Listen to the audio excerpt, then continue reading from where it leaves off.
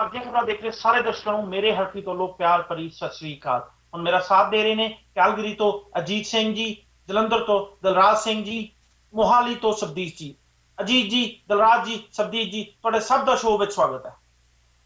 ਧੰਨਵਾਦ ਜੀ, ਬਹੁਤ ਬਹੁਤ ਧੰਨਵਾਦ ਹਰਪ੍ਰੀਤ ਜੀ। ਜਿਹੜਾ ਅਸੀਂ ਅਗਲਾ ਮੁੱਦਾ ਡਿਸਕਸ ਕਰਨ ਜਾ ਰਹੇ ਹਾਂ, ਸਾਡੇ ਪੰਜਾਬੀਆਂ ਦੇ ਪੰਜਾਬੀ ਸਾਰੇ ਹੀ ਉਤੋਂ ਕਾਫੀ ਵਾਕਫ ਨੇ ਜੀ। ਮੈਂ ਗੱਲ ਕਰ ਰਿਹਾ ਫਾਰਮਰ ਸੁਸਾਇਡ ਦੀ। ਅਸੀਂ ਪੰਜਾਬ ਵਿੱਚ ਆਏ ਦਿਨ ਹੀ ਇਹ ਖਬਰਾਂ ਆਉਂਦੀਆਂ ਰਹਿੰਦੀਆਂ ਨੇ ਕਿ ਕਿਸਾਨ ਨੇ ਕਰਜ਼ੇ ਦੇ ਕਾਰਨ ਖੁਦਕੁਸ਼ੀ ਕਰ ਲਈ। ਜੇ ਅਸੀਂ ਗੱਲ ਕਰੀਏ ਸਿਰਫ ਪੰਜਾਬ ਨਹੀਂ, ਇੰਡੀਆ ਦੇ ਹੋਰ ਬਹੁਤ ਪ੍ਰਾਂਤ ਨੇ ਜਿੱਥੋਂ ਇਹ ਖਬਰਾਂ ਆਉਂਦੀਆਂ ਰਹਿੰਦੀਆਂ ਨੇ। ਮਹਾਰਾਸ਼ਟਰ ਦੀ ਗੱਲ ਕਰੀਏ ਤੇ ਮਹਾਰਾਸ਼ਟਰ ਵੀ ਇੱਕ ਇਦਾਂ ਦਾ ਸੂਬਾ ਵਾ ਜਿਹੜਾ ਇਸ ਸਮੱਸਿਆ ਨਾਲ ਗੂੰਜ ਰਿਹਾ ਵਾ।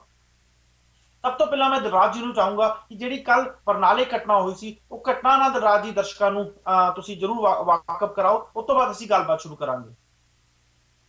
ਬਿਲਕੁਲ ਹਰਪ੍ਰੀਤ ਜੀ, ਘਟਨਾ ਬੁੱਧਵਾਰ ਦੀ ਹੈ। ਬੁੱਧਵਾਰ ਬਰਨਾਲੇ ਦੇ ਜ਼ਿਲ੍ਹੇ ਦੇ ਪਿੰਡ ਜੋਧਪੁਰ ਦੇ ਵਿੱਚ ਇੱਕ ਕਿਸਾਨ ਪਰਿਵਾਰ ਸੀਗਾ ਜਿਹਨੇ ਇੱਕ ਆੜ੍ਹਤੀਏ ਦਾ 3 ਲੱਖ ਰੁਪਇਆ ਦੇਣਾ ਸੀਗਾ, ਤੇ ਉਹ ਆੜ੍ਹਤੀਏ ਕੋਲ ਜ਼ਮੀਨ ਦੇ 2 ਕਿੱਲੇ ਜ਼ਮੀਨ ਸੀ ਇਸ ਪਰਿਵਾਰ ਕੋਲ, ਤੇ ਜ਼ਮੀਨ ਦੇ ਕਾਗਜ਼ ਜਿਹੜੇ ਸਾਰੇ ਸੀ ਉਹ ਉਸ ਆੜ੍ਹਤੀਏ ਕੋਲ ਸੀਗੇ। ਉਹ ਆੜ੍ਹਤੀਏ ਨੇ ਲੀਗਲੀ ਕੋਰਟ ਦੇ ਵਿੱਚ ਜਾ ਕੇ ਆਪਣਾ ਜਿਹੜਾ ਕੋਰਟ ਦੇ ਵਿੱਚ ਜਾ ਕੇ ਇੱਕ ਆਰਡਰ ਲੈ ਕੇ ਆਏ, ਜਿਹਦੇ ਵਿੱਚ ਆਰਡਰ 'ਚ ਇਹ ਲਿਖਿਆ ਸੀਗਾ ਕਿ ਇਹ ਜਿਹੜੀ ਜ਼ਮੀਨ ਹੈਗੀ ਹੈ ਇਹ ਆੜ੍ਹਤੀਏ ਦੇ ਨਾਮ ਹੋ ਜਾਣੀ ਚਾਹੀਦੀ ਹੈ, ਆੜ੍ਹਤੀਏ ਨੂੰ ਇਹਦਾ ਕਬਜ਼ਾ ਦੇ ਦੇਣਾ ਚਾਹੀਦਾ। ਪੂਰਾ ਪ੍ਰਸ਼ਾਸਨ ਜਿਹੜਾ ਬਰਨਾਲਾ ਡਿਸਟ੍ਰਿਕਟ ਦਾ ਸੀਗਾ ਪਲੱਸ ਕੁਝ ਪੁਲਿਸ ਵਾਲਿਆਂ ਦੀ ਮੌਜੂਦਗੀ ਵਿੱਚ ਆੜ੍ਹਤੀਏ ਉੱਥੇ ਕਬਜ਼ਾ ਲੈਣ ਗਏ ਇੰਡੀਅਨ ਕੋਰਟ ਦੇ ਆਰਡਰਾਂ ਤੇ। ਜਦੋਂ ਉੱਥੇ ਕਬਜ਼ਾ ਲੈਣ ਗਏ ਤੇ ਮਾਂ ਪੁੱਤ ਨੇ ਦੋਨੇ ਘਰ ਵਿੱਚ ਰਹਿੰਦੇ ਸੀਗੇ। ਪਹਿਲੇ ਮੁੰਡੇ ਨੇ ਜਿਹੜਾ ਕੀਟਨਾਸ਼ਕ ਪੀ ਕੇ ਆਪਣੀ ਜੀਵਨ ਲੀਲਾ ਸਮਾਪਤ ਕਰ ਲਈ। ਉਸ ਤੋਂ ਬਾਅਦ ਉਸ ਤੋਂ 2-4 ਮਿੰਟ ਬਾਅਦ ਹੀ ਉਹਦੇ ਮਦਰ ਨੇ ਪ੍ਰਸ਼ਾਸਨ ਦੇ ਸਾਹਮਣੇ ਹੀ ਕੀਟਨਾਸ਼ਕ ਪੀ ਕੇ ਆਪਣੀ ਜੀਵਨ ਲੀਲਾ ਸਮਾਪਤ ਕਰ ਲਈ। ਤੇ ਇਹਦੇ ਵਿੱਚ ਕਈ ਮੋੜ ਆਏ। ਉਸ ਤੋਂ ਬਾਅਦ ਕੁਛ ਜਿਹੜੇ ਕਿਸਾਨ ਜਥੇਬੰਦੀਆਂ ਵੀ ਉੱਥੇ ਮੌਜੂਦ ਸੀਗੀਆਂ। ਕਿਸਾਨ ਜਥੇਬੰਦੀਆਂ ਨੇ ਕਿਹਾ ਕਿ ਇਹ ਜਿਹੜਾ ਸਾਰਾ ਦਾ ਸਾਰਾ ਐਪੀਸੋਡ ਆੜ੍ਹਤੀਏ ਤੇ ਕੇਸ ਹੋਣਾ ਚਾਹੀਦਾ ਵਾ। ਆੜ੍ਹਤੀਏ ਨੇ ਇਹਨਾਂ ਨੂੰ ਇੰਨਾ ਤੰਗ ਕੀਤਾ, ਇੰਨਾ ਪਰੇਸ਼ਾਨ ਕੀਤਾ ਕਿ ਇਹਨਾਂ ਨੇ ਸੁਸਾਈਡ ਕਰ ਲਈ। ਉਸ ਤੋਂ ਬਾਅਦ ਆੜ੍ਹਤੀਆਂ ਤੇ ਕੇਸ ਹੋ ਜਾਂਦਾ ਹੈਗਾ, ਆੜ੍ਹਤੀਆਂ ਤੇ ਕੇਸ ਵੀ ਹੋ ਜਾਂਦਾ। ਉਸ ਤੋਂ ਬਾਅਦ ਫਿਰ ਹੁਣ ਕੱਲ ਦੀ ਖਬਰ ਇਹ ਨਿਕਲ ਕੇ ਸਾਹਮਣੇ ਆਉਂਦੀ ਪਈ ਹੈ ਕਿ ਜਿਹੜੇ ਆੜ੍ਹਤੀਏ ਐਸੋਸੀਏਸ਼ਨ ਬਰਨਾਲੇ ਡਿਸਟ੍ਰਿਕਟ ਦੀ ਬਣੀ ਹੋਈ ਹੈ, ਉਸ ਬਰਨਾਲੇ ਡਿਸਟ੍ਰਿਕਟ ਦੀ ਆੜ੍ਹਤੀਏ ਐਸੋਸੀਏਸ਼ਨ ਆੜ੍ਹਤੀਏ ਦੇ ਹੱਕ ਦੇ ਵਿੱਚ ਆ ਕੇ ਖੜੇ ਹੋ ਗਈ ਹੈ। ਉਹ ਕਹਿੰਦੇ ਪਏ ਆ ਕਿ ਕੋਰਟ ਦੇ ਆਰਡਰ ਸੀਗੇ, ਪ੍ਰਸ਼ਾਸਨ ਦੇ ਹੁੰਦੇ ਹੋਏ ਇਹ ਸਾਰਾ ਕੁਝ ਸੁਸਾਈਡ ਹੋਇਆ ਵਾ, ਇਹਦੇ ਵਿੱਚ ਆੜ੍ਹਤੀਆਂ ਦਾ ਕਿਤੇ ਵੀ ਕੋਈ ਦੋਸ਼ ਨਹੀਂ ਹੈਗਾ। ਉਹ ਦੋਸ਼ ਲਾਉਂਦੇ ਪਏ ਆ ਕਿਸਾਨ ਜਥੇਬੰਦੀਆਂ ਤੇ। ਉਹਨਾਂ ਦਾ ਕਹਿਣਾ ਕਿ ਕਿਸਾਨ ਜਥੇਬੰਦੀਆਂ ਨੇ ਇਹ ਦੋਨੋਂ ਮਾਂ ਪੁੱਤ ਨੂੰ ਇੰਨਾ ਕੁ ਜ਼ਿਆਦਾ ਐਕਸਾਈਟ ਕਰਤਾ ਸੀਗਾ, ਇੰਨਾ ਕੁ ਜ਼ਿਆਦਾ ਉੱਤੇ ਚੱਕ ਕੇ ਲੈ ਗਏ ਸੀਗੇ ਕਿ ਉਹਨਾਂ ਨੂੰ ਜ਼ਹਿਰ ਖਾਣਾ ਪਿਆ। ਹੁਣ ਕੁਝ ਅਕਾਲੀ ਲੀਡਰ ਵੀ ਆੜ੍ਹਤੀਆਂ ਦੇ ਸਟੈਂਡ ਵਿੱਚ ਆ ਕੇ ਖੜੇ ਹੋ ਗਏ ਨੇ। ਯੂਥ ਵਿੰਗ ਦੇ ਉੱਥੇ ਲੀਡਰ ਨੇ ਅਕਾਲੀ ਦਲ ਦੇ, ਜਿਹੜੇ ਉੱਥੇ ਆ ਕੇ ਖੜੇ ਹੋ ਗਏ ਨੇ। ਤੇ ਹੁਣ ਇੱਕ ਕਾਫੀ ਭੰਬਲ ਭੂਸਾ ਜਿਹਾ ਉੱਥੇ ਪਿਆ ਹੋਇਆ ਕਿ ਕੀ ਹੋਏਗਾ, ਆੜ੍ਹਤੀਆਂ ਤੇ ਕੇਸ ਹੋਏਗਾ, ਕਿਸਾਨ ਜਥੇਬੰਦੀਆਂ ਤੇ ਕੇਸ ਹੋਏਗਾ। ਐਟ ਪ੍ਰੈਜ਼ੈਂਟ ਆੜ੍ਹਤੀਆਂ ਤੇ ਕੇਸ ਹੋ ਚੁੱਕਾ ਤੇ ਪੁਲਿਸ ਆਪਣੀ ਇਨਵੈਸਟੀਗੇਸ਼ਨ ਕਰਦੀ ਪਈ ਹੈ। ਜੇ ਮੈਂ ਥੋੜੀ ਜਿਹੀ ਹੋਰ ਜਾਣਕਾਰੀ ਤੁਹਾਨੂੰ ਦੇਣਾ ਚਾਹਾਂ ਤੇ ਬਲਜੀਤ ਸਿੰਘ ਬੱਲੂ, ਜਿਨ੍ਹਾਂ ਦੀ ਉਮਰ 35 ਸਾਲ ਸੀ, ਉਹਨਾਂ ਦੀ ਮਾਤਾ ਜੀ ਬਲਬੀਰ ਕੌਰ, ਜਿਨ੍ਹਾਂ ਦੀ ਉਮਰ 62 ਸਾਲ ਦੀ ਸੀ, ਜਿਨ੍ਹਾਂ ਨਾਲ ਇਹ ਘਟਨਾ ਵਾਪਰੀ ਆ। ਦਲਰਾਜ ਸਿੰਘ ਜੀ ਨੇ ਤੁਹਾਨੂੰ ਕਾਫੀ ਐਲੋਬਰੇਟ ਕਰਕੇ ਦੱਸਿਆ ਕਿ ਕਿਸ ਤਰ੍ਹਾਂ ਕੁਝ ਲੱਖ ਰੁਪਏ ਦੇ ਲੋਨ ਦੇ ਕਾਰਨ ਪੁਲਿਸ ਪ੍ਰਸ਼ਾਸਨ ਉੱਥੇ ਕਬਜ਼ਾ ਲੈਣ ਆ ਗਿਆ ਸੀ, ਆਪਾਂ ਕਹਿ ਸਕਦੇ ਹਾਂ, ਜਾਂ ਫਿਰ ਪੁਲਿਸ ਪ੍ਰਸ਼ਾਸਨ ਦੇ ਡਰ ਤੋਂ, ਜਾਂ ਫਿਰ ਉਸ ਸਟ੍ਰੈਸ ਤੋਂ ਕਿ ਸਾਡੀ ਜ਼ਮੀਨ ਸਾਡਾ ਘਰ ਚਲੇ ਜਾਊਗਾ। ਮਾਂ ਪੁੱਤਾਂ ਦੋਵਾਂ ਨੇ ਜ਼ਹਿਰ ਖਾ ਕੇ ਆਪਣੀ ਜੀਵਨ ਲੀਲਾ ਸਮਾਪਤ ਕਰ ਲਈ। ਇਹ ਇੱਕ ਘਟਨਾ ਨਹੀਂ ਆ ਜਿੱਤੇ ਅਸੀਂ ਜਿਹੜੀ ਅਸੀਂ ਡਿਸਕਸ ਕਰ ਰਹੇ ਹਾਂ, ਇਦਾਂ ਦੀਆਂ ਲੱਖਾਂ ਹੀ ਘਟਨਾ ਨੇ। ਆਈ ਥਿੰਕ ਜਿੱਦਾਂ ਦੀ ਇਹ ਨਿਊਜ਼ ਆ, ਜੇ ਮੈਂ ਗਲਤ ਨਹੀਂ ਆ ਤਾਂ ਉਦਾਂ ਦੀ ਇੱਕ ਹੋਰ ਨਿਊਜ਼ ਸੀ ਜਿੱਥੇ ਫਾਰਮਰ ਸੁਸਾਇਡ ਦਾ ਕੇਸ ਆਇਆ ਸੀ। ਉੱਥੋਂ 1 ਜਾਂ 2 ਦਿਨ ਪਹਿਲਾਂ ਇੱਕ ਹੋਰ ਨਿਊਜ਼ ਸੀ। ਇਹ ਆਏ ਦਿਨ ਨਿਊਜ਼ਾਂ ਆਉਂਦੀਆਂ ਰਹਿੰਦੀਆਂ ਨੇ ਫਾਰਮਰ ਸੁਸਾਇਡ ਦੀਆਂ। ਦਾ ਸੋਲੂਸ਼ਨ ਕੀ ਆ? ਜੇ ਅਸੀਂ ਸਰਕਾਰਾਂ ਦੀ ਗੱਲ ਕਰੀਏ, ਚਾਹੇ ਉੱਥੇ ਅਸੀਂ ਕਹੀਏ ਸਾਡੀ ਪੰਥਕ ਸਰਕਾਰ ਸ਼੍ਰੋਮਣੀ ਅਕਾਲੀ ਦਲ ਇਸ ਟਾਈਮ ਸੱਤਾ ਵਿੱਚ ਆ, ਪਰ ਸ਼ਾਇਦ ਉਹਨਾਂ ਵੱਲੋਂ ਵੀ ਕੋਈ ਉਪਰਾਲਾ ਨਹੀਂ ਕੀਤਾ ਗਿਆ। ਜੇ ਉੱਥੋਂ ਦੀ ਨੈਸ਼ਨਲ ਗਵਰਨਮੈਂਟ ਦੀ ਗੱਲ ਕਰੀਏ ਤੇ ਸ਼ਾਇਦ ਉਹਨਾਂ ਵੱਲੋਂ ਵੀ ਕਿਸਾਨਾਂ ਨਾਲ, ਜੋ ਕਿਸਾਨ ਇਸ ਟਾਈਮ ਕਰਜ਼ੇ ਨਾਲ ਜੂਝ ਰਹੇ ਆ, ਕੋਈ ਉਪਰਾਲਾ ਨਹੀਂ ਕੀਤਾ ਗਿਆ। ਜਦੋਂ ਮੈਂ ਉਪਰਾਲੇ ਦੀ ਗੱਲ ਕਰਦਾ ਵਾਂ, ਮੈਂ ਇਹ ਗੱਲ ਨਹੀਂ ਕਰਦਾ ਕਿ ਤੁਸੀਂ ਮੋਟਰਾਂ ਦੀਆਂ ਬਿਜਲੀਆਂ ਫ੍ਰੀ ਦੇ ਦਿਓ, ਤੁਸੀਂ ਲੱਖ ਰੁਪਇਆ ਕਰਜ਼ਾ ਮਾਫ ਕਰ ਦਿਓ, ਕਿਉਂਕਿ ਜੇ ਤੁਸੀਂ ਲੱਖ ਰੁਪਇਆ ਕਰਜ਼ਾ ਮਾਫ ਕਰ ਦੋਗੇ, ਕਰਜ਼ਾ ਤੁਹਾਡੇ ਉੱਤੇ ਫਿਰ ਚੜ ਜੂਗਾ। ਪਰ ਕਿਸਾਨਾਂ ਦੀਆਂ ਜਿਹੜੀਆਂ ਮੇਨ ਉਹਨਾਂ ਨੂੰ ਅੰਡਰਸਟੈਂਡ ਕਰਨਾ ਕਿ ਇਹਨਾਂ ਦੀ ਪ੍ਰੋਬਲਮ ਕੀ ਆ, ਇਹਨਾਂ ਨੂੰ ਅਸੀਂ ਇੱਥੋਂ ਕਿੱਦਾਂ ਕੱਢੀਏ। ਜੇ ਕਿਸੇ ਕੋਲ 2 ਕਿੱਲੇ ਬਚੇ ਆ, ਉਹ ਸਿਰਫ ਝੋਨੇ ਤੇ ਕਣਕ ਤੇ ਸਰਵਾਈਵ ਕਰਦਾ ਵਾ, ਉਹ ਸ਼ਾਇਦ ਸਰਵਾਈਵ ਨਹੀਂ ਕਰ ਪਾਊਗਾ, ਉਹਨੂੰ ਕਿਸੇ ਨਾ ਕਿਸੇ ਦਿਨ ਲੋਨ ਲੈਣਾ ਪਊਗਾ, ਫਿਰ ਉਹੀ ਸਾਰਾ ਸਿਲਸਿਲਾ ਫਿਰ ਤੋਂ ਸ਼ੁਰੂ ਹੋਊਗਾ, ਲੋਨ ਰਹੂਗਾ। ਜਿਹਨੇ ਲੋਨ ਦਿੱਤਾ ਹੈ ਜੀ, ਉਹਨੇ ਤੇ ਲੋਨ ਵਾਪਸ ਮੰਗਣ ਵੀ ਆਉਣਾ ਵਾ, ਤੇ ਪੁਲਿਸ ਕੋਲੋਂ ਸ਼ਾਇਦ ਕੋਰਟ ਕੋਲੋਂ ਉਹਨੂੰ ਪਰਮਿਸ਼ਨ ਵੀ ਮਿਲ ਜੂਗੀ, ਕਿਉਂਕਿ ਲੀਗਲੀ ਸ਼ਾਇਦ ਉਹਦਾ ਹੱਕ ਬਣਦਾ ਕਿ ਮੇਰਾ ਕਰਜ਼ਾ ਵਾਪਸ ਕਰੋ। ਪਰ ਉਹ ਕਿਸਾਨ, ਉਹ ਸਾਨੂੰ ਫਿਰ ਤੋਂ ਇਹੀ ਖਬਰਾਂ ਸੁਣਨ ਨੂੰ ਆਉਂਦੀਆਂ ਰਹਿਣਗੀਆਂ। ਪਰ ਜਿਹੜੀ ਅਸੀਂ ਵੀ ਸ਼ਾਇਦ ਇੱਥੇ ਕੈਨੇਡਾ 'ਚ ਜਾਂ ਬਾਹਰ ਬੈਠੇ ਉਹਨਾਂ ਦੀ ਪ੍ਰੋਬਲਮ ਸਮਝਣ ਦੀ ਕੋਸ਼ਿਸ਼ ਨਹੀਂ ਕਰ ਰਹੇ ਕਿ ਇਹਨਾਂ ਦੀ ਪ੍ਰੋਬਲਮ ਕੀ ਆ, ਇਹਨੂੰ ਸੋਲਵ ਕਿੱਦਾਂ ਕੀਤਾ ਜਾਵੇ।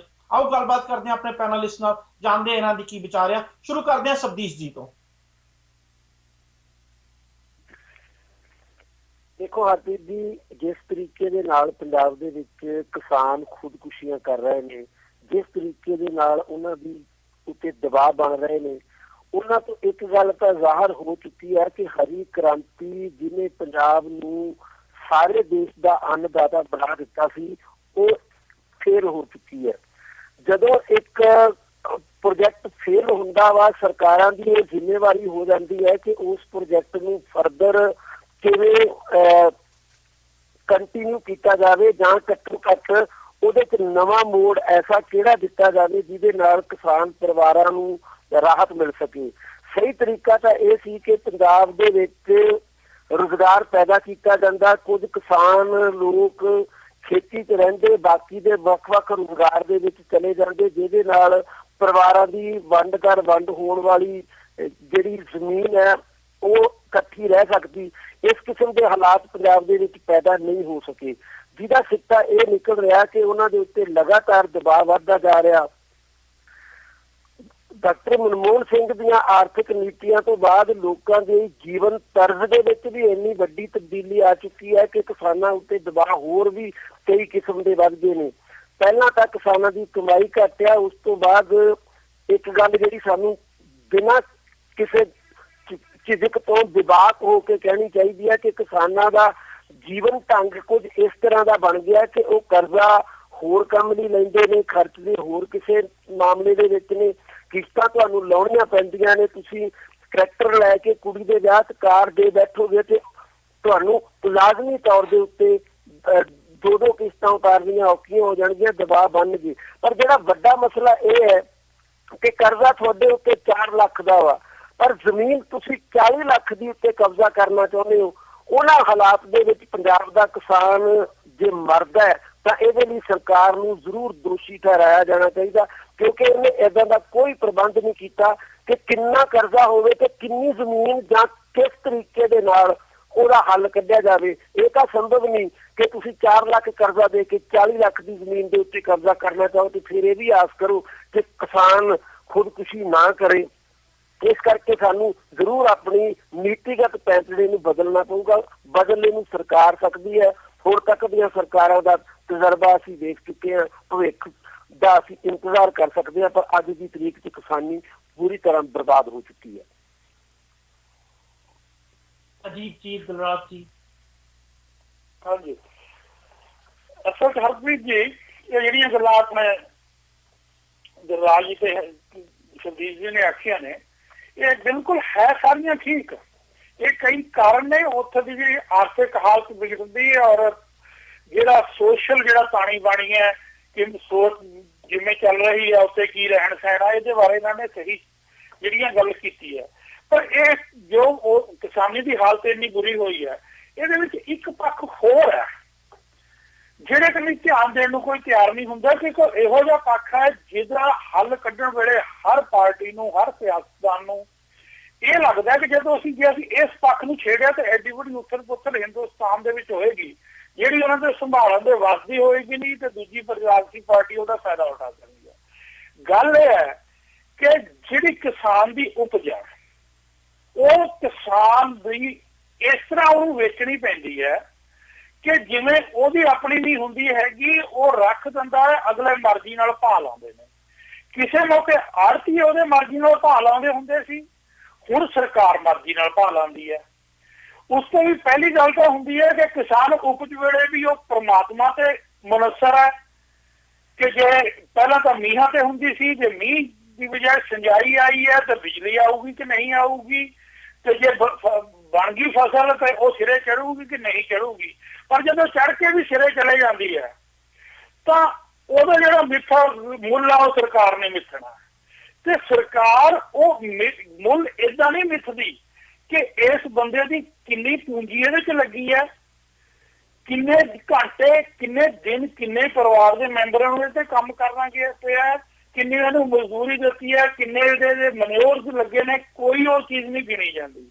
ਉਹ ਭਾਵੇਂ ਇਹੋ ਜਿਹਾ ਕੋਈ ਡਰਾਮਾ ਕਰੇ ਪਰ ਉਹਦਾ ਮੁੱਖ ਮੁੱਦਾ ਇਹ ਹੁੰਦਾ ਕਿ ਜਿਨ੍ਹਾਂ ਲੋਕਾਂ ਨੂੰ ਅਸੀਂ ਜਾ ਕੇ ਇੱਕ ਅਨਾਜ ਦੀ ਉਪਜ ਵੰਡਣੀ ਹੈ ਉਹਨਾਂ ਨੂੰ ਅਸੀਂ ਸੈਟੀਸਫਾਈ ਰੱਖਣਾ, ਕਿਉਂਕਿ ਜੇ ਉਹਨਾਂ ਨੂੰ ਸੈਟੀਸਫਾਈ ਨਹੀਂ ਰੱਖਦੇ ਤਾਂ ਉਹਨਾਂ ਨੂੰ ਹੁੰਦਾ ਕਿ ਉਹ ਸਾਡੇ ਕੋਲੋਂ ਵੱਧ ਤਨਖਾਹਾਂ ਦੀ, ਹੋਰ ਤਰ੍ਹਾਂ ਦੇ ਵਸੀਲਿਆਂ ਦੀ ਮਦਦ ਕਰੂਗੀ। ਉਹ ਜਿਹੜਾ ਕਿਸਾਨ ਹੈ ਉਹ ਆਰਗੇਨਾਈਜ਼ ਸੈਕਟਰ ਨਹੀਂ ਹੈਗਾ, ਜਿਹੜੇ ਖਪਤਕਾਰ ਨੇ ਆਰਗੇਨਾਈਜ਼ ਨੇ, ਯੂਨੀਅਨਾਂ ਬਣੀਆਂ ਨੇ, ਟ੍ਰੇਡ ਯੂਨੀਅਨਾਂ ਬਣੀਆਂ ਨੇ, ਹਰ ਤਰ੍ਹਾਂ ਦੇ ਲੋਕਾਂ ਨੇ ਯੂਨੀਅਨ ਬਣਾਈ ਹੋਈ ਨੇ। ਥੋੜਾ ਜਿਹਾ ਭਾਅ ਵੱਧ ਕੇ ਸ਼ਹਿਰ ਚਲਾਉਣਾ ਪੈ ਜਾਂਦਾ, ਪਰ ਕਿਸਾਨ, ਮੈਂ ਕਿਉਂ ਕਹਿਣ ਨੂੰ ਕਿਸਾਨ ਯੂਨੀਅਨਾਂ ਬਣੀਆਂ ਹੋਈਆਂ ਨੇ, ਪਰ ਜਿਹੜੇ ਉਹਨਾਂ ਦੇ ਸਰਪ੍ਰਸਤ ਨੇ ਉਹ ਦਿਨਾਂ ਦੇ ਵਿੱਚ ਸਿਆਸੀ ਲੀਡਰਾਂ ਦੇ ਨੇੜੇ ਹੋ ਜਾਂਦੇ ਨੇ।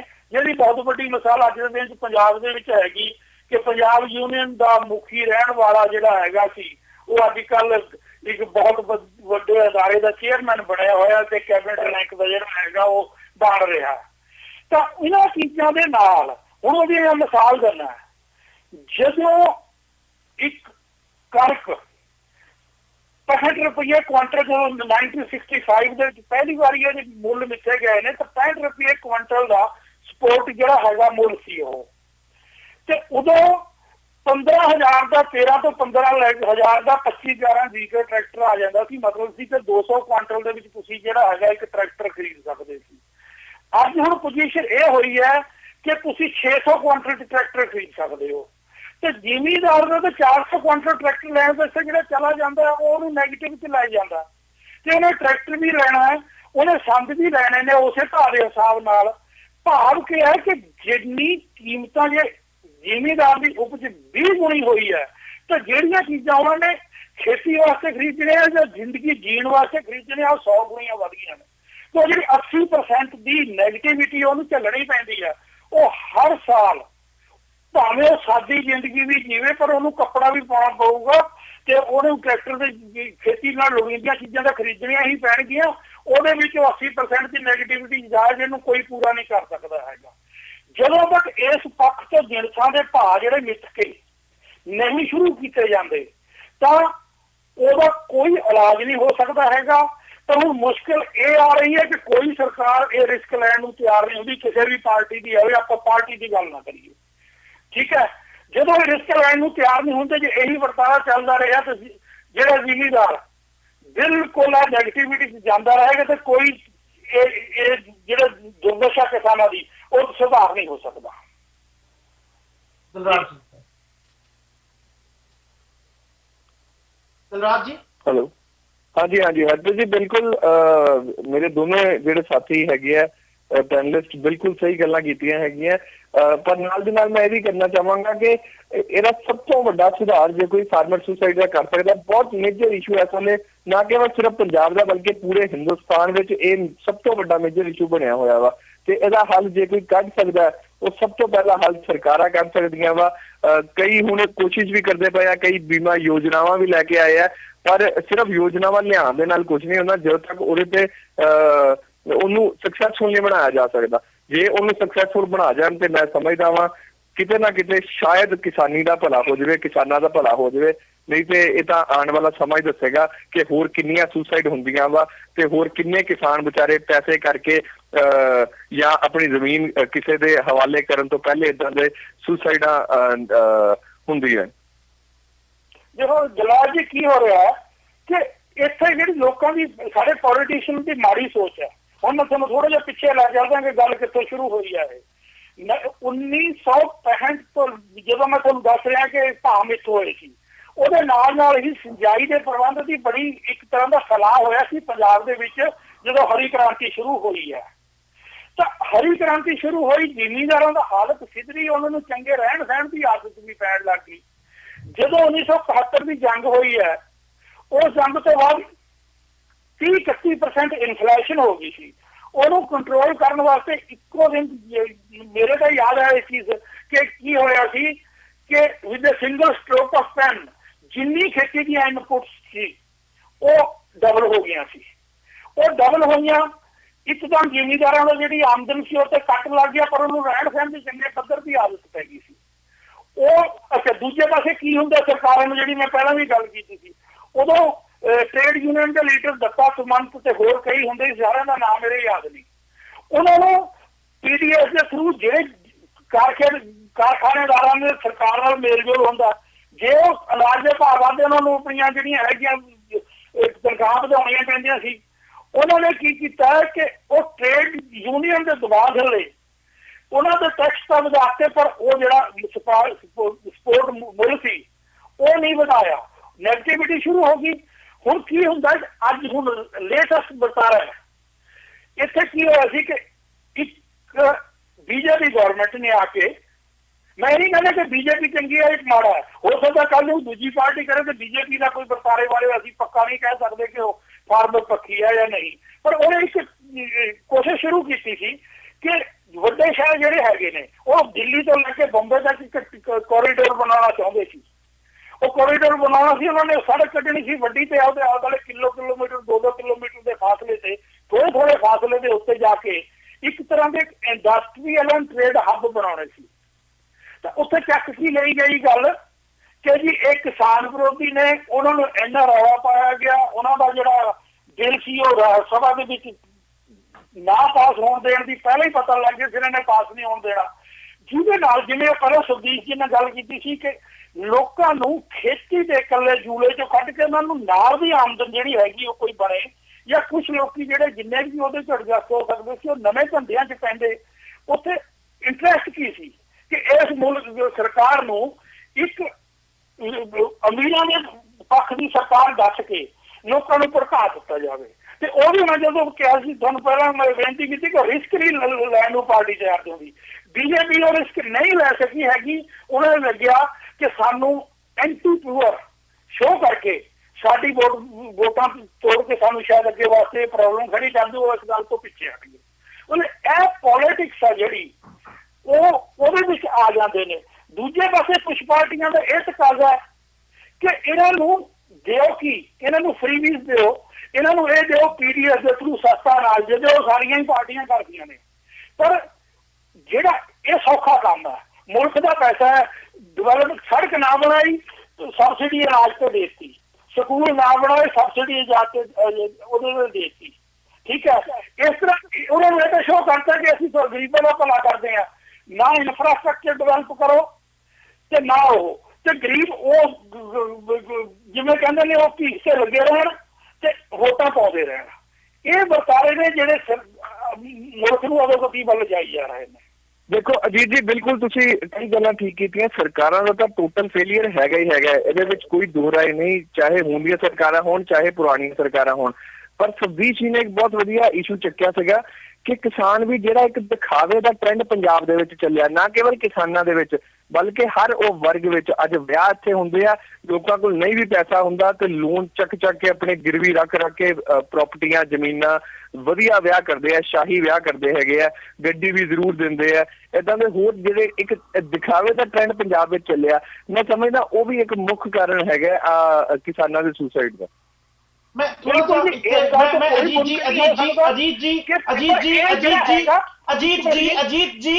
ਅਜੀਤ ਜੀ ਮੈਂ ਤੁਹਾਨੂੰ ਇੱਥੇ ਟੋਕਣਾ ਚਾਹੂੰਗਾ।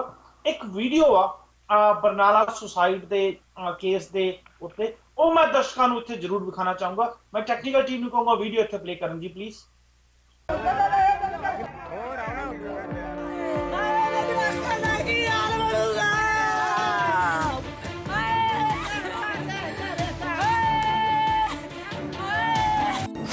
वो जान दे रहा था, पुलिस तमाशा देख रही थी।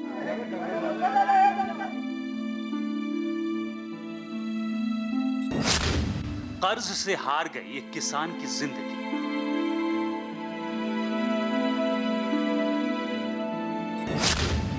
कर्ज नहीं चुका पाया तो पी लिया जहर।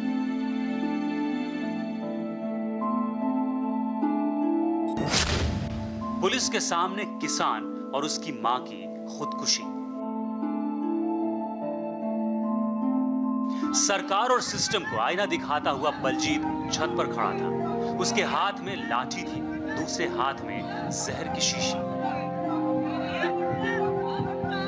नीचे वर्दी वालों का जत्था मौजूद था, गांव वालों की भीड़ लगी थी। हर कोई समझाने की कोशिश कर रहा था, हर कोई भरोसा दिलाने की कोशिश कर रहा था, लेकिन बलजीत का भरोसा उठ चुका था सिस्टम से, सरकार से, समाज से, जिंदगी से।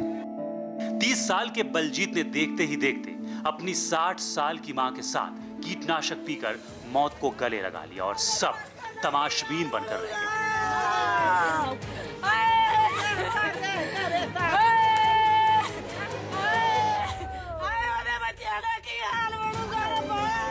We are the police officer. अगर ऑनरेबल हाई कोर्ट का कोई भी ऑर्डर होगा, we are bound to perform that duty. और ड्यूटी के लिए हमने तो जाना ही होता है, क्योंकि वो ड्यूटी ਨੂੰ परफॉर्म ਕਰਨ ਲਈ ਵੀ ਅਸੀਂ ਮੰਨ ਲ ਕੇ ਬਾਉਂਡ ਆ ਲਾਫੁਲੀ। ਸੋ ਜੇ ਅਸੀਂ ਉਸ ਗੱਲ ਤੋਂ escape ਕਰਾਂਗੇ ਜਾਂ ਉਸ ਗੱਲ ਤੋਂ ਅਸੀਂ ਉਹਨੂੰ ਅਵॉइड करांगे, then that is the contempt of court। ये पता नहीं क्या कारण था, हम तो जो भी मदद है उनकी करते हैं, उनको पैसा भी और ये भी रिक्वेस्ट करते हैं कि कोई ऐसी बात नहीं। उनको पंजाब सरकार की तरफ से 2-3 लाख रुपए दिए जाते हैं। सो वो हर एक किसान को मिलता है हमारे स्टेट में। सुना आपने, यह केंद्रीय मंत्री हरसिमरत कौर। लगता है कि हरसिमरत के लिए किसानों की आत्महत्या का मामला कोई बड़ा मामला नहीं है, तभी तो मंत्री साहिबा आसानी से ये कहकर निकल जाती हैं कि आत्महत्या करने वाले किसानों को पंजाब सरकार 2-3 लाख रुपए मुआवजे के तौर पर दे देती है। आप भी एक बार फिर सुनिए मंत्री जी कैसे किसानों की जिंदगी को महज 2 लाख की रकम से तोल रही हैं। जितने भी किसान होते हैं जिनके खुदकुशी होती है डेट के कारण, जो क्योंकि उन्होंने कुछ कर्जा लिया है, उनको पंजाब सरकार की तरफ से 2-3 लाख रुपए दिए जाते हैं। सो वो हर एक किसान को मिलता है हमारे स्टेट में। अब केंद्रीय मंत्री हरसिमरत कौर को कौन बताए कि जिस घर में कोई किसान आत्महत्या कर लेता है उस घर में क्या बीतती है। ਇਹ ਤੁਸੀਂ ਜੋ ਅਸੀਂ ਤੁਹਾਨੂੰ ਵੀਡੀਓ ਖਾਇਆ ਬਰਨਾਲਾ ਸੁਸਾਈਡ ਇਨਸੀਡੈਂਟ ਦਾ ਵੀਡੀਓ ਸੀ, ਪਰ ਜੇ ਅਸੀਂ ਜੇ ਗੱਲ ਕਰੀਏ ਫਾਰਮਰ ਸੁਸਾਈਡ ਦੀ, ਕੱਲਾ ਪੰਜਾਬ ਹੀ ਨਹੀਂ, ਹੋਰ ਕਾਫੀ ਸਟੇਟ ਇੰਡੀਆ ਵਿੱਚ ਫਾਰਮਰ ਸੁਸਾਈਡਸ ਦੀ ਸਮੱਸਿਆ ਨਾਲ ਗੂੰਜ ਰਹੇ ਨੇ, ਜਿਹਦੇ ਵਿੱਚ ਮਹਾਰਾਸ਼ਟਰ, ਤੇਲੰਗਾਨਾ, ਕਰਨਾਟਕਾ, ਆਂਧਰਾ ਪ੍ਰਦੇਸ਼ ਅਤੇ ਕੇਰਲਾ ਵੀ ਹੁੰਦਾ ਵਾ। ਸਮੱਸਿਆ ਸਾਰੇ ਕਿਤੇ ਲਗਭਗ ਦੇਸ਼ ਵਿੱਚ ਉਹੀ ਸਮੱਸਿਆ ਹੈ ਜੋ ਸ਼ਾਇਦ ਪੰਜਾਬ ਵਿੱਚ ਹੈ। मैं पक्का नहीं कह रहा, मैं शायद वर्ड यूज कर रहा वहां। जमीना घट हो चुकी ने, इनकम घट चुकी है। जे किसान फसल बीजदा वा, पहली गल ते कई बार फसल नूं नुकसान हो जाता वा, बीमारियां या सुंडियां लग जांदियां ने, उहदे वास्ते स्प्रेयां चाहिदियां ने। उस तो बाद जदों फसल पक के मार्केट जांदी है, विकण वास्ते जांदी है, ते किसान नूं ओदी बनदी कीमत नहीं मिलदी। कई सालों तो समस्या चल रही है। जे एरकी पंजाब दी मंडियां दी गल करिए ते आम आदमी पार्टी ने एक टीम बना के ਜਦੋਂ ਹੁਣ ਕਣਕ ਵਿਕ ਰਹੀ ਸੀ ਉਦੋਂ ਮੰਡੀਆਂ 'ਚ ਭੇਜੀ, ਨਾਲ ਹੀ ਕਾਂਗਰਸ ਨੇ ਵੀ ਟੀਮ ਬਣਾ ਕੇ, ਅਮਰਿੰਦਰ ਸਿੰਘ ਜੀ ਨੇ ਵੀ ਟੀਮ ਬਣਾ ਕੇ ਮੰਡੀਆਂ 'ਚ ਭੇਜਤੀ। ਨਾਲ ਹੀ ਸ਼੍ਰੋਮਣੀ ਅਕਾਲੀ ਦਲ ਨੂੰ ਚੇਤਾ ਆਇਆ ਕਿ ਜੇ ਆਮ ਆਦਮੀ ਪਾਰਟੀ ਤੇ ਕਾਂਗਰਸ ਨੇ ਟੀਮ ਆਪਣੀ ਮੰਡੀਆਂ 'ਚ ਭੇਜੀ ਹੈ ਤਾਂ ਸ਼ਾਇਦ ਕ੍ਰੈਡਿਟ ਇਹ ਲੈ ਜਾਣਗੇ। ਤੇ ਐਰਕੀ ਸ਼੍ਰੋਮਣੀ ਅਕਾਲੀ ਦਲ ਨੇ ਵੀ ਕੋਸ਼ਿਸ਼ ਕੀਤੀ ਕਿ ਸ਼ਾਇਦ ਅਸੀਂ ਕਿਸਾਨਾਂ ਦੀ ਜਿਹੜੀ ਫਸਲ ਮੰਡੀਆਂ 'ਚ ਪਈ ਆ ਉਹ ਆਰਾਮ ਨਾਲ ਵਿਕ ਜੇ। पर एरकी क्यों? क्योंकि इलेक्शन ईयर है। एरकी आम आदमी पार्टी नूं भी, कांग्रेस नूं भी ते श्रोमणी अकाली दल नूं भी चेता आ गया कि सानू शायद इन्हां किसानां दी कोई ना कोई हेल्प करनी चाहिदी आ। पर जिहड़ी रियल समस्या वा, जिहदी मैं पहला गल कर रहा सी, ਉਹਦੇ ਉੱਤੇ ਅਜੇ ਵੀ ਕੰਮ ਨਹੀਂ ਕੀਤਾ ਜਾ ਰਿਹਾ। ਜੇ ਕਿਤੇ ਸਰਕਾਰਾਂ ਹੈਲਪ ਵੀ ਕਰਦੀਆਂ ਨੇ, ਕਰਜ਼ੇ ਮਾਫ ਕਰਕੇ ਜਾਂ ਲੋਨ ਦੇ ਕੇ ਹੈਲਪ ਕਰਦੀਆਂ ਨੇ, ਜਿਹੜਾ ਮੇਰੇ ਖਿਆਲ ਨਾਲ ਕਿ ਸਹੀ ਤਰੀਕਾ ਨਹੀਂ ਹੈਗਾ किसानां दी समस्या सॉल्व करन दा। सबदीश जी तो मैं गलबात शुरू करनी चाहूंगा। देखो हरप्रीत जी, मैं काफी देर तो डीलिंग का, मैं चाहूंगा कि गल कोई दूसरा शुरू कर ले, क्योंकि इस दौरान की वापर गया, की गल्लां कीतियां तुसीं, मैनूं ओहदा कोई आइडिया नहीं है। जां तुसीं सवाल रिपीट कर दो प्लीज। मैं दिलराज जी ਨੂੰ ਕਹੂੰਗਾ ਆਪਣੇ ਕਮੈਂਟ ਦੇ ਦੇਣ ਤਾਂ ਕਿ ਤੁਹਾਨੂੰ ਜਦੋਂ ਤੱਕ ਤੁਹਾਡੀ ਵਾਰੀ ਹੈ ਸਬਦੀ ਜਦੋਂ ਤੁਹਾਨੂੰ ਪਤਾ ਲੱਗ ਜਾਵੇ। ਦਿਲਰਾਜ ਜੀ ਗੋ ਹੈਡ ਪਲੀਜ਼। ਬਿਲਕੁਲ ਹਰਪ੍ਰੀਤ ਜੀ, ਬਿਲਕੁਲ ਸਹੀ ਗੱਲ ਤੁਸੀਂ ਕਹੀ ਕਿ ਸਿਰਫ ਲੋਨ ਦੇਣਾ ਜਾਂ ਲੋਨ ਨੂੰ ਵਧਾਵਾ ਦੇਣਾ ਉਹ ਕਿਸੇ ਚੀਜ਼ ਦਾ ਹੱਲ ਨਹੀਂ ਹੈਗਾ। ਇਹਦੇ ਨਾਲ ਕਿਸਾਨ ਸੁਸਾਈਡ ਰੁਕਣੇ ਨਹੀਂ ਹੈਗੇ, ਹੋਰ ਕਈ ਕੁਝ ਕਰਨਾ ਪਏਗਾ। ਸਿਰਫ ਜਿਹੜੀ ਇੱਕ ਸਰਕਾਰ ਨੇ ਵੀ ਕਿਸਾਨਾਂ ਨੂੰ ਗਾਈਡ ਕੀਤਾ ਹੋਇਆ ਕਿ ਪਹਿਲੇ ਝੋਨਾ ਤੇ ਕਣਕ ਤੇ ਝੋਨਾ ਤੇ ਕਣਕ, ਉਹ ਵੀ ਬਹੁਤ ਵੱਡਾ ਮੁੱਦਾ ਵਾ। ਪਾਣੀ ਥੱਲੇ ਜਾਣ ਦਾ, ਕੀਟਨਾਸ਼ਕ ਯੂਜ਼ ਹੁੰਦੇ, ਪੈਸਟੀਸਾਈਡ ਯੂਜ਼ ਹੁੰਦੇ ਹੈਗੇ ਆ, ਵੱਧ ਤੋਂ ਵੱਧ ਪੈਦਾਵਾਰ ਹੋਵੇ, ਕਿਸਾਨਾਂ ਦਾ ਪੈਸਾ ਜ਼ਿਆਦਾ ਤੋਂ ਜ਼ਿਆਦਾ ਲੱਗਦਾ ਹੈ। ਜੇ ਥੋੜਾ ਜਿਹਾ ਕੁਝ ਹੋਰ ਚੀਜ਼ਾਂ ਵੀ ਬੀਜਣ, ਮਲਟੀਪਲ ਚੀਜ਼ਾਂ ਬੀਜਣ, ਤੇ ਮੈਨੂੰ ਲੱਗਦਾ ਉਹ ਵੀ ਇੱਕ ਫਾਇਦਾ ਹੋਏਗਾ। ਇੱਕ ਰਣਨੀਤੀ ਸਰਕਾਰ ਨੂੰ ਬਣਾਉਣੀ ਪਏਗੀ, ਕਿਸਾਨਾਂ ਦੇ ਨਾਲ ਮਿਲ ਕੇ, ਕਿਸਾਨਾਂ ਦੇ ਨਾਲ ਜੁਲ ਕੇ, ਫਿਰ ਸ਼ਾਇਦ ਇਸ ਚੀਜ਼ ਦਾ ਹੱਲ ਨਿਕਲ ਆਵੇ। ਸਿਰਫ ਬੀਮਾ ਯੋਜਨਾਵਾਂ ਅਨਾਉਂਸ ਕਰਨ ਦੇ ਨਾਲ, ਜਾਂ ਫਿਰ ਜਿਹੜਾ ਤੁਸੀਂ ਕਿਹਾ ਕਿ ਲੋਨ ਅਨਾਉਂਸ ਕਰਨ ਦੇ ਨਾਲ, ਜਾਂ ਲੋਨ ਮਾਫ ਕਰਨ ਦੇ ਨਾਲ ਇਹ ਚੀਜ਼ ਦਾ ਹੱਲ ਨਹੀਂ ਨਿਕਲਣਾ। ਇਹ ਚੀਜ਼ ਦੇ ਹੱਲ ਨੂੰ ਬਹੁਤ ਜ਼ਿਆਦਾ ਮਿਹਨਤ ਕਰਨੀ ਪੈਣੀ ਹੈ। ਜਿਹੜੀ ਮਰਜ਼ੀ ਸਰਕਾਰ ਆ ਜਾਵੇ ਜਾਂ ਜਿਹੜੀ ਮਰਜ਼ੀ ਸਰਕਾਰ ਹੈਗੀ ਹੈ, ਉਹਨੂੰ ਕਿਸਾਨਾਂ ਦੇ ਨਾਲ ਮਿਲ ਕੇ ਮਿਹਨਤ ਕਰਨੀ ਪੈਣੀ ਹੈ, ਫਿਰ ਸ਼ਾਇਦ ਇਸ ਚੀਜ਼ ਦਾ ਹੱਲ ਨਿਕਲ ਜਾਵੇ। ਮੈਂ ਹਰਪ੍ਰੀਤ ਜੀ ਸ਼ਾਇਦ ਸ਼ੁਰੂ 'ਚ ਵੀ ਇਹੀ ਕਿਹਾ ਸੀ ਕਿ ਜਦੋਂ ਕੋਈ ਹਰੀ ਕ੍ਰਾਂਤੀ ਫਲॉप ਹੋ ਚੁੱਕੀ ਆ, ਫੇਲ ਹੋ ਚੁੱਕੀ ਆ, ਉਹਦੀ ਫੇਲੀਅਰ ਦੇ ਕਈ ਕਾਰਨ ਹੋ ਸਕਦੇ ਨੇ। ਜਦੋਂ ਉਹ ਫੇਲ ਹੋ ਚੁੱਕੀ ਆ, ਉਹਨੂੰ ਦੁਬਾਰਾ ਪੰਜਾਬ ਦੀ ਖੇਤੀ ਨੂੰ ਡਿਜ਼ਾਈਨ ਕਰਨ ਦੀ ਅਸਲ ਵਿੱਚ ਜ਼ਿੰਮੇਵਾਰੀ ਸਰਕਾਰ ਦੀ ਸੀ, ਕਿਉਂਕਿ ਨੀਤੀਗਤ ਪੱਧਰ ਉੱਤੇ ਫੈਸਲਾ ਕਿਸਾਨ ਨਹੀਂ ਲੈ ਸਕਦਾ। ਕਿਸਾਨ ਨੂੰ ਤੁਸੀਂ ਨਹਿਰੀਕਰਨ ਕਰਕੇ, ਬਿਜਲੀ ਦੇ ਕੇ, ਟਿਊਬਵੈੱਲ ਚਲਾ ਕੇ ਇਹ ਤਾਂ ਸਿਖਾ ਦਿੱਤਾ ਕਿ ਉਹ ਝੋਨਾ ਤੇ ਕਣਕ ਬੀਜ ਲਵੇ, ਪਰ ਝੋਨੇ ਤੇ ਕਣਕ ਦੇ ਖੇਤੀ ਪੈਟਰਨ ਨੇ, ਇਸ ਸਰਕਲ ਨੇ ਜਿਹੜਾ ਨੁਕਸਾਨ ਕੀਤਾ ਕਿਸਾਨ ਦਾ, ਉਹਦੇ ਬਾਰੇ ਹੁਣ ਫਰਦਰ ਕੀ ਹੋਵੇ, ਇਹਦੇ ਲਈ ਨੀਤੀਗਤ ਫੈਸਲਾ ਸਰਕਾਰ ਨੇ ਹੀ ਬਣਾਉਣਾ ਸੀ। ਸਭ ਤੋਂ ਵੱਡੀ ਲੋੜ ਪੰਜਾਬ ਦੀ ਇਹ ਸੀ ਕਿ ਐਗਰੋ ਬੇਸਡ ਇੰਡਸਟਰੀ ਇੱਥੇ ਲਾਈ ਜਾਂਦੀ। ਬਦਕਿਸਮਤੀ ਪੰਜਾਬ ਦੀ ਇਹ ਹੈ ਕਿ ਜਿਹੜੀ ਇੱਥੇ ਰਵਾਇਤੀ ਇੰਡਸਟਰੀ ਵੀ ਸੀ, ਜਿਹਦੇ ਤੇ ਲੋਕਾਂ ਨੂੰ ਥੋੜਾ ਬਹੁਤਾ ਰੁਜ਼ਗਾਰ ਮਿਲਦਾ ਸੀ, ਉਹ ਇੰਡਸਟਰੀ ਵੀ ਹੌਲੀ ਹੌਲੀ ਫੇਲ ਹੋ ਗਈ। ਕੁਝ ਇੰਡਸਟਰੀ ਇਸ ਕਰਕੇ ਫੇਲ ਹੋ ਗਈ ਕਿ ਪੰਜਾਬ ਦੇ ਵਿੱਚ ਦਹਿਸ਼ਤਗਰਦੀ ਦਾ ਵਰਤਾਰਾ ਚੱਲ ਗਿਆ।